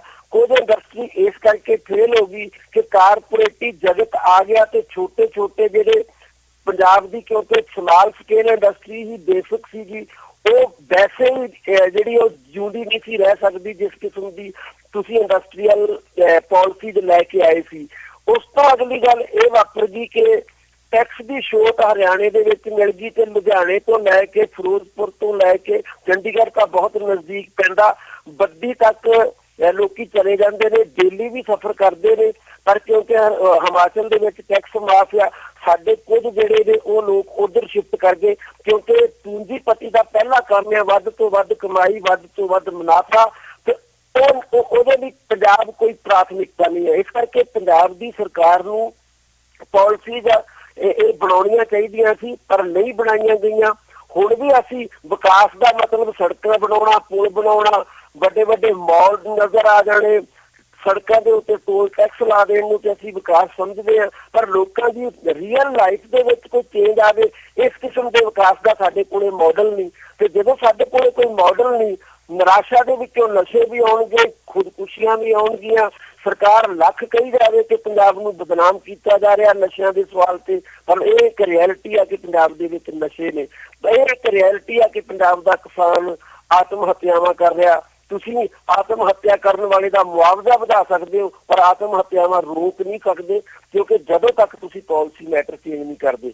ਹੁਣ ਇਸ ਕਾਂਡ ਦੇ ਵਿੱਚ ਜਿਹਦੇ ਤੋਂ ਅਸੀਂ ਚਰਚਾ ਸ਼ੁਰੂ ਕੀਤੀ, ਮਾਂ ਪੁੱਤ ਦੀ ਖੁਦਕੁਸ਼ੀ ਦੇ ਕਾਂਡ ਦੇ ਵਿੱਚ ਆੜਤੀਆਂ ਨੇ ਇੱਥੋਂ ਤੱਕ ਧਮਕੀ ਦਿੱਤੀ ਕਿ ਜੇ ਆੜਤੀਆਂ ਦੇ ਖਿਲਾਫ ਕੇਸ ਵਾਪਸ ਨਹੀਂ ਲੈਂਦੇ, ਅਸੀਂ ਅਕਾਲੀ ਦਲ ਤੋਂ ਰਿਜ਼ਾਈਨ ਕਰ ਦਾਂਗੇ, ਅਸੀਂ ਤੁਹਾਡੀ ਸਪੋਰਟ ਨਹੀਂ ਕਰਾਂਗੇ ਪੋਲੀਟੀਕਲ। ਮਤਲਬ ਸਾਡੇ ਸਾਹਮਣੇ ਇੱਕ ਆੜਤੀਏ ਦੇ ਉੱਤੇ ਹੁੰਦਾ ਕੇਸ ਤਾਂ ਬਹੁਤ ਸੀਰੀਅਸ ਇਸ਼ੂ ਹੋ ਗਿਆ, ਪਰ ਲਗਾਤਾਰ ਕਿਸਾਨ ਮਰ ਰਹੇ ਨੇ, ਇਹ ਕੋਈ ਸੀਰੀਅਸ ਇਸ਼ੂ ਨਹੀਂ ਆ, ਕਿਉਂਕਿ ਸਰਕਾਰਾਂ ਨੂੰ ਕਿਸਾਨ ਕੋਲ ਇੱਕ ਵੋਟ ਮਿਲਦੀ ਆ, ਪਰ ਆੜਤੀਆਂ ਕੋਲੋਂ ਨਾਲ ਲੱਖਾਂ ਕਰੋੜਾਂ ਦੇ ਫੰਡ ਵੀ ਮਿਲਦੇ ਨੇ। ਇਸ ਕਰਕੇ ਸਰਕਾਰਾਂ ਉਧਰ ਵੱਧ ਧਿਆਨ ਦਿੰਦੀਆਂ ਨੇ, ਆਮ ਬੰਦੇ ਵੱਲ ਘੱਟ ਧਿਆਨ ਦਿੰਦੀਆਂ ਨੇ।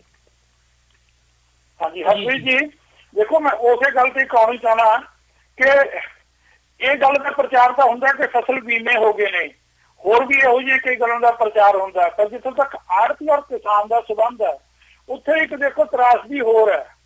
ਇੱਕ ਜ਼ਿਮੀਂਦਾਰ ਆੜਤੀ ਤੋਂ ਪੈਸੇ ਵਿਆਜ ਤੇ ਲੈਂਦਾ, ਉਹਦਾ ਕੋਈ ਕਾਨੂੰਨ ਨਹੀਂ ਕਿ ਉਹ ਕਿੰਨਾ ਵਿਆਜ ਲੈ ਸਕਦਾ, ਉਹ ਮਨਮਰਜ਼ੀ ਦਾ ਵਿਆਜ ਲੈਂਦਾ। ਜਦੋਂ ਫਸਲ ਆਪਣੀ ਵੇਚਦਾ ਹੈ ਤਾਂ 3-3 ਮਹੀਨੇ 6-6 ਮਹੀਨੇ ਜੇ ਉਹਦੇ ਪੈਸੇ ਆੜਤੀ ਨਹੀਂ ਦਿੰਦਾ, ਉਹ ਕਹਿੰਦਾ ਜੀ ਸਰਕਾਰ ਤੋਂ ਪੈਸੇ ਆਉਣਗੇ ਤਾਂ ਅਦਾ ਕਰਾਂਗੇ। ਇਹਦਾ ਮਤਲਬ ਆੜਤੀ ਆਪਣਾ ਪੈਸਾ ਵੀ ਨਹੀਂ ਵਰਤ ਰਿਹਾ ਹੈਗਾ, ਤਾਂ ਉਹ ਕਿਸਾਨ ਦਾ ਹੀ ਪੈਸਾ ਵਰਤਦਾ ਹੈ, ਉਹਦੇ ਤੇ ਉਹਨੂੰ ਕੁਛ ਨਹੀਂ ਦਿੱਤਾ ਜਾਂਦਾ। ਕਿਸਾਨ ਨੂੰ ਕੋਈ ਪੁੱਛਣ ਵਾਲਾ ਹੈ ਨਹੀਂ, ਉਹ ਮਨਮਰਜ਼ੀ ਚੱਲਦੀ ਹੈ। ਕਿਉਂਕਿ ਉਹ ਅਮੀਰ ਆਦਮੀ ਨੇ ਸਰਕਾਰੇ ਦੁਆਰੇ ਪੁੱਛਿਆ, ਜਿਵੇਂ ਹੁਣ ਸ਼ਬਦੀਸ਼ ਜੀ ਨੇ ਦੱਸਿਆ ਕਿ ਆੜ੍ਹਤੀ ਐਸੋਸੀਏਸ਼ਨ ਕਹਿੰਦੇ ਅਸੀਂ ਤੁਹਾਡੀ ਬਾਈਕਾਟ ਕਰ ਦਾਂਗੇ, ਤੁਹਾਡੀ ਮਦਦ ਨਹੀਂ ਕਰਾਂਗੇ। ਤੇ ਬਹੁਤੇ ਜਿਹੜੇ ਛੋਟੇ ਲੈਵਲ ਦੇ ਲੀਡਰ ਹੁੰਦੇ ਨੇ ਇਹਨਾਂ ਦੇ ਪਾਰਟੀਆਂ ਦੇ, ਉਹਨਾਂ ਚੋਂ ਕਿੰਨੇ ਆਪ ਹੀ ਆੜ੍ਹਤੀ ਹੁੰਦੇ ਨੇ। ਤਾਂ ਉੱਥੇ ਕਿਸਾਨ ਦੀ ਸੁਣਵਾਈ ਕੋਈ ਨਹੀਂ ਹੁੰਦੀ। ਤੇ ਰਹੀ ਡਾਇਵਰਸੀਫਿਕੇਸ਼ਨ ਦੀ ਗੱਲ, ਜ਼ਿਮੀਂਦਾਰ ਡਾਇਵਰਸੀਫਿਕੇਸ਼ਨ ਕਰਨ ਨੂੰ ਵੀ ਤਿਆਰ ਨਹੀਂ। ਉਹ ਸਬਜ਼ੀਆਂ ਲਾਉਣੇ, ਮਟਰ ਲਾਉਣੇ, ਹੋਸ਼ ਕਰਦੇ, ਪਰ ਮਾਰਕੀਟਿੰਗ ਦਾ ਕੋਈ ਪ੍ਰਬੰਧ ਨਹੀਂ ਹੈਗਾ। ਤੁਸੀਂ ਸਬਜ਼ੀ ਇੱਕ ਸਾਲ ਤੁਹਾਨੂੰ ਫਾਇਦਾ ਦੇਗੀ, ਦੂਜੇ ਸਾਲ ਸਬਜ਼ੀ ਤੁਹਾਨੂੰ ਬਿਲਕੁਲ ਰੜੇ ਰੱਖ ਦਿੰਦੀ ਆ, ਕਿਉਂਕਿ ਉਹਨੂੰ ਦੂਰ ਦਰਾਡੇ ਲਿਜਾ ਕੇ ਮਾਰਕੀਟਿੰਗ ਨਹੀਂ, ਨਾ ਉਹਦਾ ਕੋਈ ਮੁੱਲ ਮਿੱਥਿਆ ਜਾਂਦਾ, ਨਾ ਹੀ ਇਹੋ ਜਿਹੀ ਇੰਡਸਟਰੀ ਕਿਤੇ ਲਾਈ ਜਾਂਦੀ ਹੈ। ਈਵਨ ਭਾਵੇਂ ਤੁਸੀਂ ਦੇਖੋ ਕਿ ਇਸ ਟਾਈਮ ਫੂਡ ਪ੍ਰੋਸੈਸਿੰਗ ਮੰਤਰੀ ਹੈ ਬੀਬੀ ਹਰਸਿਮਰਤ ਕੌਰ, ਪਰ ਮੈਨੂੰ ਨਹੀਂ ਲੱਗਦਾ, ਸ਼ਾਇਦ ਮੇਰੀ ਜਾਣਕਾਰੀ ਤੇ ਬਾਹਰ ਹੋਵੇ ਕੋਈ ਚੀਜ਼, ਕੋਈ ਵੱਡੀ ਯੂਨਿਟ ਫੂਡ ਪ੍ਰੋਸੈਸਿੰਗ ਦੀ ਲੱਗੀ ਹੋਵੇ। ਹਾਲਾਂਕਿ ਮੈਂ ਜਾਣਦਾ ਕਿ ਸਰਹੰਦ ਦੇ ਲਾਗੇ ਕਿਸੇ ਐਂਟਰਪ੍ਰੇਨਿਓਰ ਨੇ ਬਹੁਤ ਸਾਲ ਪਹਿਲਾਂ ਉੱਥੇ ਇੱਕ ਸਬਜ਼ੀਆਂ ਨੂੰ ਡੱਬੇਬੰਦ ਕਰਨ ਦੀ ਫੈਕਟਰੀ ਲਾਈ ਸੀ। ਮੇਰੇ ਖਿਆਲ ਨਾਲ 20 ਪਿੰਡਾਂ ਦੀ ਹਾਲਤ ਦੇ ਵਿੱਚ ਉਸ ਇੱਕ ਫੈਕਟਰੀ ਨਾਲ ਕਾਫੀ ਫਰਕ ਪਿਆ ਸੀ। ਲੋਕੀ ਬਦਲਵੀਂ ਫਸਲ ਬੀਜਣ ਲੱਗ ਗਏ ਸੀ, ਉਹਨਾਂ ਨੂੰ ਉਹਦੇ ਰੁਜ਼ਗਾਰ ਮਿਲਿਆ। ਪਰ ਇਹੋ ਜਿਹਾ ਉਪਰਾਲਾ ਕੋਈ ਹੋ ਹੀ ਨਹੀਂ ਰਿਹਾ ਸਰਕਾਰ ਵੱਲੋਂ ਜਿਹੜਾ ਬਹੁਤ ਚੰਗੇ ਪੱਧਰ ਤੇ ਹੁੰਦਾ ਹੋਵੇ। ਤੇ ਉਹਨਾਂ ਚੀਜ਼ਾਂ ਦੀ ਹੋਰ ਦੇ ਵਿੱਚ ਜ਼ਿਮੀਂਦਾਰ ਜਾਣਦੇ ਹੋਏ ਵੀ ਡਾਇਵਰਸੀਫਿਕੇਸ਼ਨ ਨਹੀਂ ਕਰ ਸਕਦੇ ਹੈਗੇ, ਉਹ ਚੀਜ਼ ਨੂੰ ਪੈਦਾ ਕਰਕੇ ਵੇਚਣ ਕਿੱਥੇ ਜੀ। ਥੋੜੇ ਚਿਰ ਪਹਿਲਾਂ, ਜੇ ਮੈਨੂੰ ਐਗਜ਼ੈਕਟਲੀ ਚੇਤਾ ਹੈ, ਤੇ ਪੰਜਾਬ ਸਰਕਾਰ ਨੇ ਹੁਣੇ ਇੱਕ ਲਾਅ ਬਣਾਇਆ ਸੀ ਜਿਹਦੇ ਵਿੱਚ ਕਿ ਜੋ ਫਾਰਮਰਸ ਨੂੰ, ਕਿਸਾਨਾਂ ਨੂੰ ਲੋਨ ਦਿੱਤਾ ਜਾਂਦਾ ਵਾ, ਉਹਦੀ ਇੰਟਰਸਟ ਰੇਟ ਜੋ ਹੁੰਦਾ ਵਾ, ਉਹਨੂੰ ਇੱਕ ਪਰਟੀਕੂਲਰ ਅਮਾਊਂਟ ਤੋਂ ਪਰਟੀਕੂਲਰ ਪਰਸੈਂਟੇਜ ਤੋਂ ਜ਼ਿਆਦਾ ਚਾਰਜ ਨਹੀਂ ਕੀਤਾ ਜਾਊਗਾ। ਕੀ ਇਹਦੇ ਨਾਲ ਥੋੜੀ ਬਹੁਤ ਕਿਸਾਨਾਂ ਦੀ ਹੈਲਪ ਹੋਊਗੀ? ਦੇਖੋ ਜੀ, ਥੋੜੀ ਜਿਹੀ ਹੈਲਪ ਤਾਂ ਹੋ ਸਕਦੀ ਹੈ, ਪਰ ਉਹਦੇ ਵਿੱਚ ਹੁੰਦਾ ਕੀ ਹੈ ਕਿ ਕੱਲ ਨੂੰ ਉਹ ਆੜ੍ਹਤੀਏ ਕਾਗਜ਼ਾਂ 'ਚ ਉਹ ਦਿਖਾਉਣਗੇ ਤੇ ਜ਼ਿਮੀਂਦਾਰ ਮਜਬੂਰ ਹੁੰਦਾ। ਠੀਕ ਹੈ, ਉਹ ਮਜਬੂਰੀ ਦਾ ਫਾਇਦਾ ਉਠਾ ਕੇ ਜ਼ਰੂਰ ਐਕਸਪਲੋਇਟ ਕਰਨ ਦੀ ਕੋਸ਼ਿਸ਼ ਕਰਨਗੇ। ਔਰ ਦੂਸਰੇ ਪਾਸੇ ਇੱਕ ਹੋਰ ਪੱਖ ਮੈਂ ਤੁਹਾਨੂੰ ਦੱਸਦਾ, ਜਿਹੜੇ ਬੈਂਕ ਕਰਜ਼ੇ ਦਿੰਦੇ ਨੇ, ਪਰ ਏਕੜ ਲਿਮਟ ਆਪਣੀ ਵਧਾਉਂਦੀ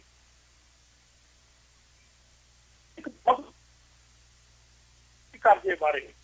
ਇੱਕ ਜ਼ਿਮੀਂਦਾਰ ਨੇ 1 ਏਕੜ ਦੇ 10 ਲੱਖ ਕਰਜ਼ਾ ਬੈਂਕ ਦਾ ਲਿਆ, ਜਦੋਂ ਕਿ ਉਹ ਕਿੰਨਾ 50,000 ਕਮਾ ਲਓ 1 ਏਕੜ ਦੇ ਵਿੱਚੋਂ, ਉਹ ਕਦੋਂ ਲਾਉਣਗੇ? ਉਹ ਇੱਕ ਪੰਜਾਬੀ ਪੁਰਾਣੀਆਂ ਦੀ ਕਹਾਵਤ ਸੀ ਕਿ ਮਿਲਦੇ ਪੈਸੇ ਤੋਂ ਤੇ ਚੱਲਦੇ ਪਾਣੀ ਤੋਂ ਡਰਨਾ ਚਾਹੀਦਾ।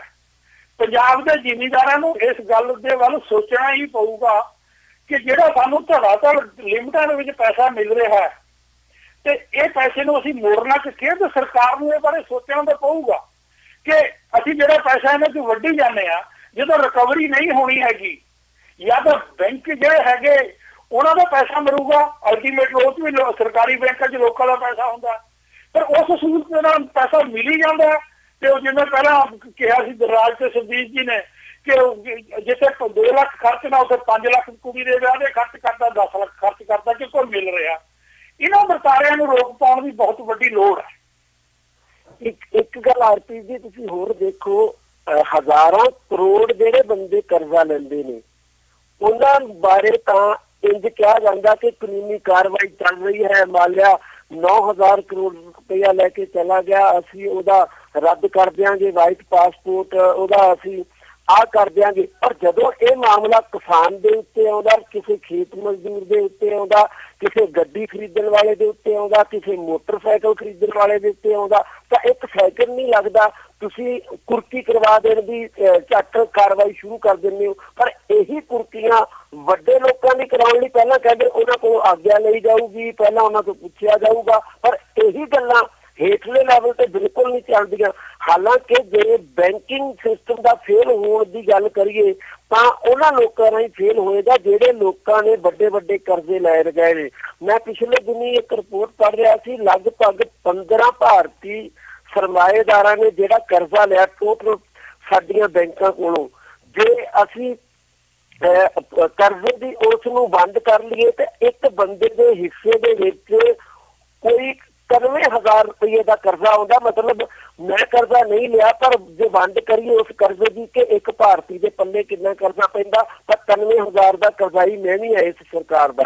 ਪਰ ਉਹ ਪੈਸਾ ਲੈ ਕੇ ਭੱਜ ਗਏ ਨੇ, ਬੈਂਕਾਂ ਉਹਨਾਂ ਕਰਕੇ ਫੇਲ ਹੋ ਸਕਦੀਆਂ, ਪਰ ਸਜ਼ਾ ਜਦੋਂ ਮਿਲੂਗੀ ਗਰੀਬ ਬੰਦੇ ਨੂੰ ਮਿਲੂਗੀ, ਉਹਨਾਂ ਨੂੰ ਨਹੀਂ ਮਿਲੂਗੀ। ਉਹਨਾਂ ਦੇ ਕੇਸ ਚੱਲਣਗੇ 20-20 ਸਾਲ, ਉਦੋਂ ਤੱਕ ਉਹਨਾਂ ਚੋਂ ਕੋਈ ਮਰ ਜੂਗਾ, ਕੋਈ ਰਹਿ ਜੂਗਾ, ਪਰ ਕਿਸਾਨ ਖੁਦਕੁਸ਼ੀ ਕਰਕੇ ਮਰ ਜਾਏਗਾ। ਦੂਸਰੀ ਜਿਹੜੀ ਕਿਸਾਨੀ ਦਾ ਸੰਕਟ ਇੱਕ ਹੋਰ ਗਹਿਰਾ ਆਇਆ, ਉਹ ਇਹ ਆਇਆ ਕਿ ਪਹਿਲਾਂ ਜਿਹੜੇ ਆੜਤੀਏ ਸੀ ਉਹ ਦੂਸਰੀ ਕਿਸਮ ਦੇ ਸੀ, ਉਹਨਾਂ ਦਾ ਖੇਤੀ ਨਾਲ ਸਿੱਧਾ ਕੋਈ ਸੰਬੰਧ ਨਹੀਂ ਸੀ। ਪਰ ਜਦੋਂ ਤੋਂ ਕਿਸਾਨ ਆੜਤੀਏ ਬਣਨ ਲੱਗ ਗਏ ਨੇ, ਖਾਂਦੇ ਪੀਂਦੇ ਜੱਟ ਆੜਤੀਏ ਬਣਨ ਲੱਗ ਗਏ ਨੇ, ਉਦੋਂ ਤੋਂ ਕਿਸਾਨ ਦੀ ਜ਼ਮੀਨ ਤੇ ਸਿੱਧੀ ਅੱਖ ਹੋ ਜਾਂਦੀ ਹੈ। ਤੇ ਇੱਕ ਜੱਟ ਮਾਨਸਿਕਤਾ ਇਹ ਹੈ ਕਿ ਜੱਟ ਕੋਲੋਂ ਜੱਟ ਜ਼ਮੀਨ ਖੋਹ ਲਵੇ, ਸ਼ਰੀਕ ਕੋਲੋਂ ਸ਼ਰੀਕ ਜ਼ਮੀਨ ਖੋਹ ਲਵੇ। ਇਹਦੀ ਜਿਹੜੀ ਇੱਕ ਪੀੜਾ ਹੁੰਦੀ ਉਹਨਾਂ ਦੇ ਮਨ 'ਚ, ਉਹ ਵੀ ਉਹਨਾਂ ਨੂੰ ਖੁਦਕੁਸ਼ੀ ਦੇ ਰਸਤੇ ਤੇ ਤੇਜ਼ੀ ਨਾਲ ਵਧਾ ਜਾਂਦੀ ਆ। ਪਹਿਲੇ ਜਿਹੜੇ ਆੜਤੀਏ ਸੀ, ਮੈਂ ਇਹ ਨਹੀਂ ਕਹਿ ਰਿਹਾ ਕਿ ਉਹ ਮਾਫ ਕਰਦੇ ਸੀ, ਉਹ ਵੀ ਬੁਰੀ ਤਰ੍ਹਾਂ ਲੁੱਟਦੇ ਸੀ, ਪਰ ਉਹ ਸਿੱਧੇ ਤੌਰ ਤੇ ਜ਼ਮੀਨ ਤੇ ਕਬਜ਼ੇ ਤੋਂ ਅਵੋਇਡ ਕਰਦੇ ਸੀ। ਹੁਣ ਸਿੱਧਾ ਜ਼ਮੀਨ ਤੇ ਕਬਜ਼ਾ ਕਰਨ ਵਾਲੇ ਆੜਤੀਏ ਪੈਦਾ ਹੋ ਗਏ ਨੇ। ਇਹ ਵੀ ਇੱਕ ਸੰਕਟ ਨਵੀਂ ਕਿਸਮ ਦਾ ਪੈਦਾ ਹੋਇਆ ਪਿਛਲੇ 20-25 ਸਾਲਾਂ 'ਚ। ਜੇ ਪੰਜਾਬ 'ਚ ਅਸੀਂ ਨਿਗਾਹ ਮਾਰੀਏ ਫਾਰਮਰ ਸੁਸਾਇਟੀ ਤੇ ਜ਼ਿਆਦਾਤਰ ਕਿਸਾਨ ਉਹੀ ਨੇ ਜੋ ਛੋਟੇ ਜਾਂ ਮੱਧਮ ਵਰਗ ਦੇ ਕਿਸਾਨ ਨੇ, ਜਿਨ੍ਹਾਂ ਕੋਲ 4-5 ਏਕੜ ਤੋਂ ਘੱਟ ਜ਼ਮੀਨ ਆ, ਤੇ ਆਮ ਤੌਰ ਤੇ ਇਹ ਕਿ ਵਾਈ ਕਰਨ ਵਾਸਤੇ ਤੁਸੀਂ ਜਾਂ ਖੇਤੀ ਕਰਨ ਵਾਸਤੇ ਠੇਕੇ ਤੇ ਜ਼ਮੀਨ ਲੈਂਦੇ ਆ ਜਾਂ ਲੀਜ਼ ਤੇ ਜ਼ਮੀਨ ਲੈਂਦੇ ਆ, ਜਿਹਦੀ ਐਵਰੇਜ ਜੇ ਵੇਖੋ 30 ਤੇ 40 ਹਜ਼ਾਰ ਪਰ ਏਕੜ ਆਉਂਦੀ ਆ। ਪਰ ਬੇਮੌਸਮੀ ਬਾਰਿਸ਼, ਬਿਮਾਰੀਆਂ ਲੱਗਣ ਕਰਕੇ ਇਹਨਾਂ ਕਿਸਾਨਾਂ ਦਾ ਕਿਤੇ ਨਾ ਕਿਤੇ ਘਾਟਾ ਪੈਂਦਾ ਵਾ, ਤੇ ਘਾਟਾ ਪੈਣ ਤੋਂ ਬਾਅਦ ਇਹ ਕਿਤੇ ਨਾ ਕਿਤੇ ਕਰਜ਼ੇ ਥੱਲੇ ਡੁੱਬ ਜਾਂਦੇ ਨੇ। ਜਿਹੜੀ ਇੱਕ ਟੈਕਨੀਕਲ ਪੁਆਇੰਟ ਆਫ ਵਿਊ ਨਾਲ ਗੱਲ ਕਰੀਏ, ਕਈ ਵਾਰ ਇੰਸ਼ੋਰੈਂਸ ਦੀ ਗੱਲ ਕੀਤੀ ਗਈ ਕਿ ਕਿਸਾਨਾਂ ਦੀ ਫਸਲਾਂ ਦਾ ਬੀਮਾ ਹੋਵੇ, ਉਹ ਕਿੰਨਾ ਪ੍ਰੈਕਟੀਕਲ ਸੋਲੂਸ਼ਨ ਆ ਕਿ ਉਹ ਬੀਮੇ ਦਾ ਅਮਾਉਂਟ ਇੱਕ ਕਿਸਾਨ ਅਫੋਰਡ ਵੀ ਕਰ ਸਕਦੇ ਆ ਜਾਂ ਨਹੀਂ ਕਰ ਸਕਦੇ? ਦਿਲਰਾਜ ਸਿੰਘ ਜੀ। ਦੇਖੋ ਹਰਪ੍ਰੀਤ ਜੀ, ਬੀਮੇ ਦਾ ਜਿਹੜਾ ਅਮਾਉਂਟ ਕਿਸਾਨਾਂ ਲਈ ਰੱਖਿਆ ਗਿਆ ਹੈ, ਜੋ ਮੋਦੀ ਸਰਕਾਰ ਨੇ ਇੱਕ ਜਿਹੜੀ ਚਲਾਈ ਹੈ, ਉਹ ਤਾਂ ਬਿਲਕੁਲ ਨੋਮੀਨਲੀ ਰੱਖਿਆ ਗਿਆ। ਪਰ ਪ੍ਰੋਬਲਮ ਇਹ ਹੈ ਕਿ ਉਹ ਬੀਮੇ ਦੀਆਂ ਅਮਾਉਂਟ ਮਿਲਣਗੀ ਵੀ ਸਾਰਿਆਂ ਨੂੰ ਕਿ ਨਹੀਂ ਮਿਲੇਗੇ। ਜਿੱਦਾਂ ਜਿਹੜੇ ਹਰਜਾਨੇ ਦੇ ਚੈੱਕ ਮਿਲਦੇ ਆ, ਉਹ ਤਾਂ 100-100, 150-150 ਰੁਪਏ ਮਿਲਦੇ ਆ, ਚਾਹੇ ਉਹ ਯੂਪੀ ਦੀ ਗੱਲ ਕਰੀਏ, ਚਾਹੇ ਪੰਜਾਬ ਦੀ ਗੱਲ ਕਰੀਏ, ਚਾਹੇ ਕਿਤੋਂ ਹੋਰ ਦੀ ਗੱਲ ਕਰੀਏ। ਕੀ ਉਹ ਬੀਮੇ ਦੀ ਪੂਰੀ ਅਮਾਉਂਟ ਮਿਲੇਗੀ ਕਿ ਇੰਸ਼ੋਰੈਂਸ ਕੰਪਨੀਆਂ ਉਹਦੇ ਵਿੱਚ ਵੀ ਆਪਣਾ ਕੋਈ ਸਵਾਰਥ ਜਿਹਾ ਪਾ ਕੇ ਉਹਦੇ ਚੋਂ ਵੀ ਪੈਸੇ ਕੱਟ ਲੈਣਗੇ, ਘਟਾ ਦੇਣਗੇ? ਕਈ ਏਦਾਂ ਦੇ ਸਵਾਲ ਨੇ। ਤੇ ਪ੍ਰੈਕਟੀਕਲੀ ਕੀ ਹਰ ਬੰਦਾ ਬੀਮਾ ਕਰਵਾਏਗਾ ਵੀ?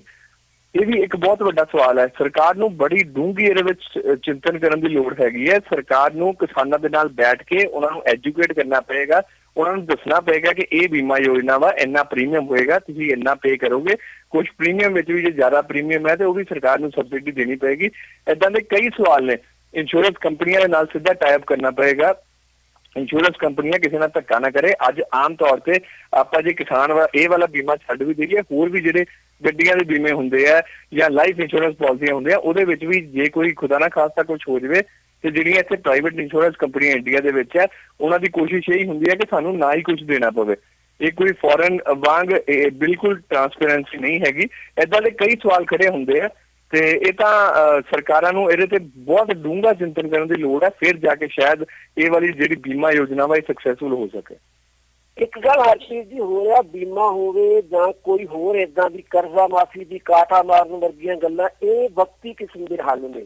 ਪਰਮਾਨੈਂਟ ਹੱਲ ਕਿਸਾਨੀ ਦਾ ਬੀਮਾ ਜਾਂ ਕਰਜ਼ੇ ਦੇ ਉੱਤੇ ਕਾਟਾ ਮਾਰਨਾ ਨਹੀਂ ਆ, ਕਿਉਂਕਿ ਅੱਜ ਜੇ ਕਾਟਾ ਵੱਜ ਜਾਂਦਾ, ਕੱਲ ਨੂੰ ਕਿਸਾਨ ਫੇਰ ਕਰਜ਼ਾ ਲੈ ਸਕਦਾ ਜੇ ਉਹਨੂੰ ਜਿਸ ਤਰੀਕੇ। ਔਰ ਦੂਸਰੀ ਗੱਲ, ਜੇ ਇੱਕ ਵਾਰ ਬੀਮਾ ਮਿਲ ਵੀ ਜਾਂਦਾ ਹੈ ਤਾਂ ਇਹ ਕੁਦਰਤੀ ਗੱਲ ਹੈ ਕਿ ਜਿੰਨਾ ਤੁਹਾਨੂੰ ਫਸਲ ਪੈਦਾ ਕਰਕੇ ਮਿਲਣਾ ਵਾ, ਬੀਮਾ ਕਦੇ ਵੀ ਉਸ ਲੈਵਲ ਤੇ ਨਹੀਂ ਮਿਲਣਾ। ਬੇਸਿਕ ਗੱਲ ਇਹ ਹੈ ਕਿ ਪੰਜਾਬ ਸਰਕਾਰ ਜਿੱਥੇ ਮਹਾਰਾਸ਼ਟਰ ਤੋਂ ਬਾਅਦ ਦੂਜੇ ਨੰਬਰ ਦੇ ਉੱਤੇ ਖੁਦਕੁਸ਼ੀਆਂ ਦਾ ਅੰਕੜਾ ਆ ਰਿਹਾ, ਪੰਜਾਬ ਸਰਕਾਰ ਖੇਤੀ ਖੇਤਰ ਦੇ ਵਿੱਚ ਬੇਸਿਕ ਤਬਦੀਲੀ ਕੀ ਕਰ ਰਹੀ ਆ ਜਿਹਦੇ ਨਾਲ ਕਿਸਾਨਾਂ ਦੀ ਹਾਲਤ ਦੇ ਵਿੱਚ ਸੁਧਾਰ ਹੋ ਸਕੇ। ਅਸਲ ਵਿੱਚ ਕਿਹਾ ਜਾਵੇ ਕਿ ਮੋਟੇ ਰੂਪ ਚ ਕਹਿਣਾ ਹੋਵੇ ਕਿ ਤੁਸੀਂ ਸੁਰਖੀ ਬਿੰਦੀ ਲਾ ਕੇ ਕਿਸੇ ਨੂੰ ਜਿਉਂਦਾ ਨਹੀਂ ਰੱਖ ਸਕਦੇ। ਤੁਹਾਨੂੰ ਆਖਰਕਾਰ ਉਹਦੀ ਜਿਹੜੀ ਸਿਹਤ ਆ ਉਹਨੂੰ ਬਣਾ ਕੇ ਰੱਖਣਾ ਪਏਗਾ। ਇਸ ਕਰਕੇ ਕਿਸਾਨੀ ਦੀ ਜਿਹੜੀ ਆਰਥਿਕ ਸਿਹਤ ਇੰਨੀ ਵਿਗੜ ਚੁੱਕੀ ਹੈ, ਉਹਨੂੰ ਸੁਧਾਰਨ ਲਈ ਬੇਸਿਕ ਤਬਦੀਲੀ ਕੀ ਕਰੇ ਸਰਕਾਰ, ਇਹਦੇ ਬਾਰੇ ਸਰਕਾਰ ਦਾ ਕੋਈ ਧਿਆਨ ਨਹੀਂ ਆ। ਅੰਕੜੇ ਆ ਜਾਂਦੇ ਨੇ, ਖੁਦਕੁਸ਼ੀਆਂ ਦੇ ਆ ਜਾਂਦੇ ਨੇ। ਸਰਕਾਰ ਬਹੁਤ ਸਾਰੇ ਕੇਸਾਂ 'ਚ ਇਹ ਵੀ ਕਹਿ ਦਿੰਦੀ ਹੈ ਕਿ ਇਹ ਕਿਸਾਨੀ ਦੀ ਖੁਦਕੁਸ਼ੀ ਨਹੀਂ ਆ, ਇਹਦੇ ਚ ਹੋਰ ਕਾਰਨ ਨੇ, ਇਹਦੇ ਚ ਬਿਮਾਰੀ ਦੀ ਵਜ੍ਹਾ ਹੋ ਗਈ ਸੀ। ਮੈਂ ਕਹਿੰਦਾ ਕਿ ਜੇ ਕੈਂਸਰ ਕਰਕੇ ਵੀ ਕੋਈ ਆਤਮ ਹੱਤਿਆ ਕਰਦਾ ਤੇ ਅਸੀਂ ਇਹਨੂੰ ਵੀ ਇਸ ਗੱਲ ਨਾਲ ਜੋੜ ਕੇ ਵੇਖੀਏ ਕਿ ਅਸੀਂ ਪੰਜਾਬ ਦੀ ਧਰਤੀ ਨਾਲ ਕੀ ਕੀਤਾ ਵਾ, ਜਿਹਨੇ ਮਾਲਵੇ ਖੇਤਰ ਦੇ ਵਿੱਚ ਕੈਂਸਰ ਫੈਲਾ ਦਿੱਤੀ ਆ। ਬੀਕਾਨੇਰ ਨੂੰ ਜਾਂਦੀ ਟ੍ਰੇਨ ਦਾ ਨਾਂ ਲੋਕਾਂ ਨੇ ਆਪਣੇ ਤਰੀਕੇ ਦੇ ਨਾਲ ਕੈਂਸਰ ਟ੍ਰੇਨ ਰੱਖ ਲਿਆ। ਆਖਰਕਾਰ ਉਹਨੂੰ ਅਸੀਂ ਖੇਤੀ ਸੰਕਟ ਨਾਲੋਂ ਨਿਖੇੜ ਕੇ ਕਿਵੇਂ ਵੇਖ ਸਕਦੇ ਹਾਂ? ਬੇਸ਼ੱਕ ਕਿਸੇ ਨੇ ਕੈਂਸਰ ਕਰਕੇ ਆਤਮ ਹੱਤਿਆ ਕੀਤੀ ਹੋਵੇ, ਪਰ ਉਹ ਖੇਤੀ ਖੇਤਰ ਦੇ ਸੰਕਟ ਦੀ ਆਤਮ ਹੱਤਿਆ ਵਾ। ਇਹ ਚੀਜ਼ਾਂ ਸਾਨੂੰ ਸਮਝਣੀਆਂ ਪੈਣਗੀਆਂ।